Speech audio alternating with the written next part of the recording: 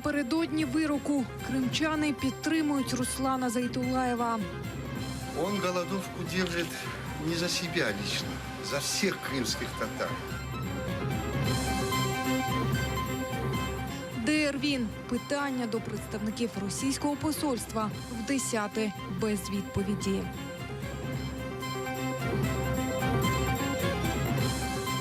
Урядова програма «Доступні ліки для українців». Чи дійсно вони доступні? Ну, що саме дешеве?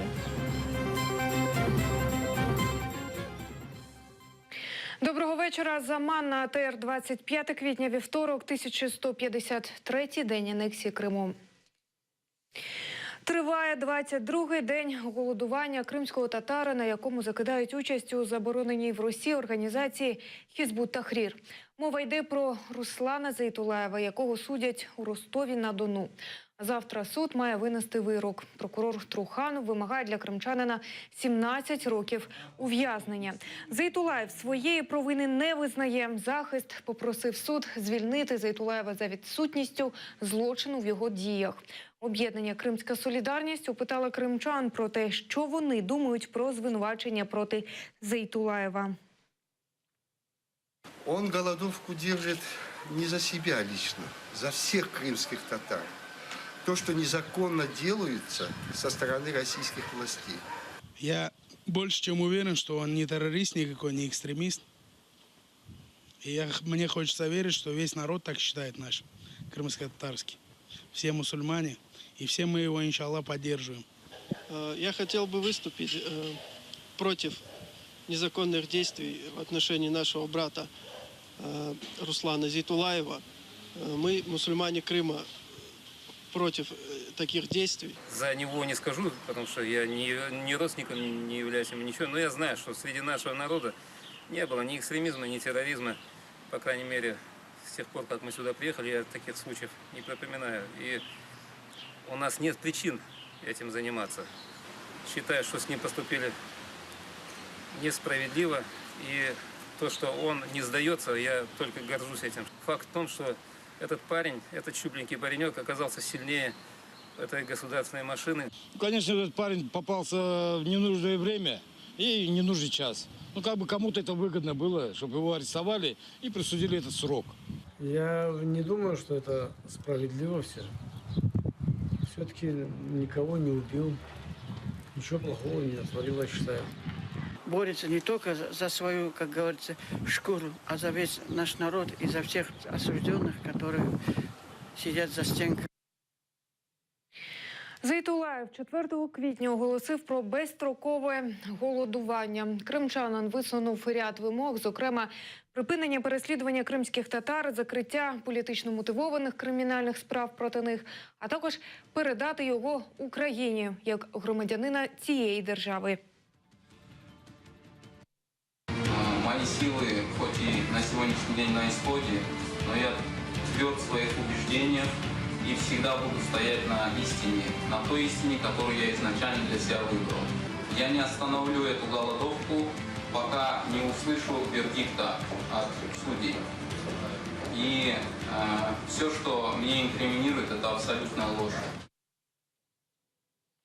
ДР він. Акція на підтримку зниклих кримчан відбулася у Києві. Це 10-та акція з такою назвою. Цього разу вона відбулася під гаслом «Пропасть в пропасті. Пропавші в пропасті Російської Федерації». Як це було, знають наші журналісти. Учасники акції намалювали 3D-зображення прірви. Прірва, в яку кидаються люди. Склали каміння з іменами зниклих в окупованому Криму. Кожен місяць ми збираємося під посольством Російської Федерації, щоб нагадати людям про те, що відбувається в Криму, що дуже велика кількість людей є зниклими, є мертвими, знайдені мертвими. Ми вирішили намалювати прірву, якщо говорити українською, а російською пропасть. І це амонім слова «пропасть». Тому намалювали таку прірву перед посольством Російської Федерації, щоб дати такий художній посил про те, що люди зникають, людей кидають у цю безвихідь якусь, в прірву безвиході. Посольство Російської Федерації зачинене з 2014 року. На паркані висить оголошення про те, що ведуться будівельні роботи. Акція протесту тривала 25 хвилин. Крістіна Голомах, Діана Аргінська, Ельдар Тарахташ, Заман АТР. У справі 26 лютого допитали двох свідків. Мова йде про Османа Сулейманова і Нарімана Куркчі. Про це повідомив адвокат Ахтема Чийгоза Ніколай Полозов. За його словами, свідки розповіли, що проросійські активісти вели себе зухвало і провокаційно на мітингу 26 лютого. А з боку Чийгоза ніяких протизаконних дій не бачили. Заступника голови Меджлісу Ахтема Чийгоза звинувачують в організації масових заворушень 26 лютого 2014 року під стінами Верховної Ради Криму. Он сказал, что кидали бутылки, пустые пластиковые, а некоторые поднимали эти бутылки, кидали обратно. Он видел Ахтема Чийгоза, который призывал людей к спокойствию. Никаких противоправных действий со стороны Чийгоза он не видел. Никаких призывов к применению насилия также он не наблюдал. Он не видел, чтобы проукраинские митингующие применяли насилие в отношении оппонентов. Апеляцію на рішення про продовження запобіжного заходу 4 фігурантам справи Хізбут та Хрір у закритому режимі розглянув окупаційний Верховний суд Криму. До політв'язнів не пустили їхніх рідних. Адвокат Едем Сімідляєв попросив перенести засідання у зв'язку з тим, що дата і час його початку стали відомі тільки в день суду. Але йому відмовили. Зеврія Псіїтова, Ремзі Маметова, Рустема Абільтарова і Енвера Мамутова підозрюють в участі в організації Хізбут та Хрір, визнаної в Росії терористичною. Судья отклонила все апелляционные жалобы, которые подавали сами ребята и их адвокаты. Также мной было заявлено ходатайство о том, чтобы отложили судебное рассмотрение в связи с тем, что из всех адвокатов только лишь один адвокат является действующим. Все остальные адвокаты были по назначению. Обвиняемым сообщили только лишь сегодня о том, что будет данное рассмотрение в Верховном суде. Мешканці Яникапу, Красноперекопську міста на півночі Криму п'ють солону та смердючу воду. Розповідають, з кранів там тече вода з Чорного моря і озера Севаш. Раніше вони користувалися прісною підземною водою. Тепер її використовують промислові заводи з сусіднього міста Армянськ. Вообще вода не в дугу. Вонючая, и вообще ее пить невозможно. Бывает, что что-то падает, не знаю, такие, как лапти, ну вот, с труб. Или мох, или что там. Соленая какая-то, понимаете? Постоянно красная бежит. Где-то что-то ремонтируют, все, она красная у нас.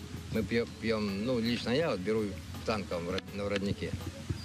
Потому что эту пить нашу невозможно. Я езжу в Новорыбацкий поселок, беру артезианскую воду, там, 5-литровые бутылки.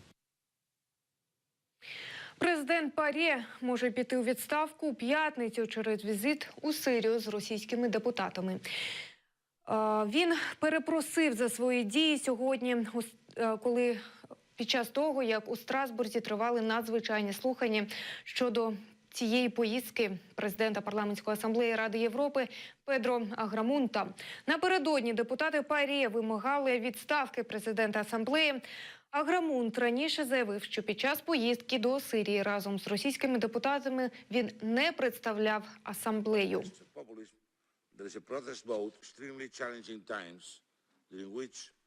Повинен сказати, що цей візит і то, як воно було освітлено в засобах масової інформації, поставив нашу асамблею і організацію в складну ситуацію. Дозвольте мені сказати наступне. Цей візит був помилкою, і я це зрозумів. Я недооцінив реакцію на цей візит всередині асамблеї. Деякі ліки в аптеках України з 1 квітня можна отримати безкоштовно або з доплатою. Скористатися урядовою програмою «Доступні ліки» можуть люди з серцево-судинними захворюваннями, бронхіальною астмою та діабетом другого типу. Чи доступна ця програма для українців? Намагалися дізнатися наші журналісти. Ця жінка вже купила ліки за програмою. Вони в аптеці коштують 140 гривень, їй обійшлися у 20. Проте доступний препарат меншого дозування, ніж треба, тому цих пігулок вона щодня приймає удвічі більше.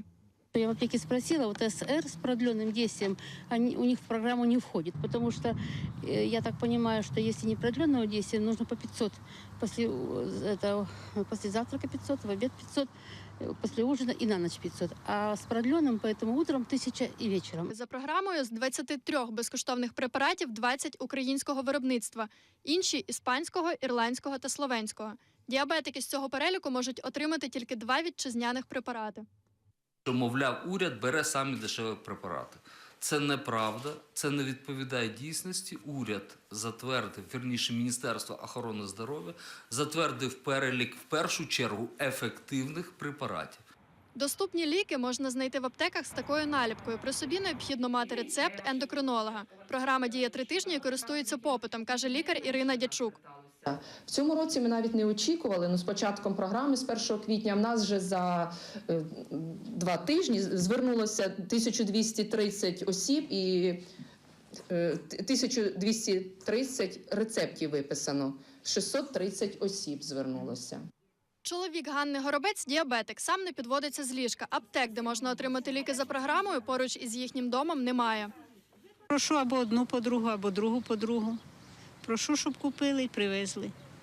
Отак ми снабжаємося ліками. А що ж робити? Ну, цей місяць виписали вони безкоштовно.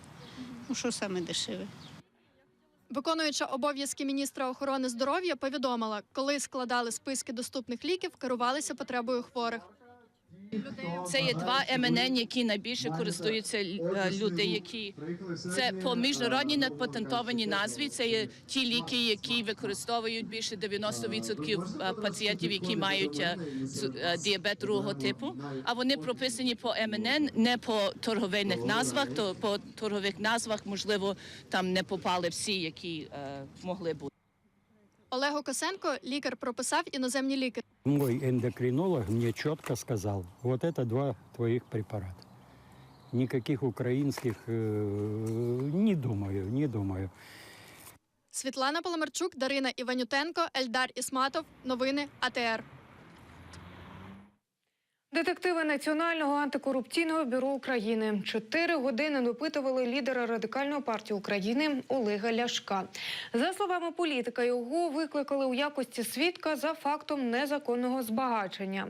Радикал вважає цю справу політичною та сфабрикованою.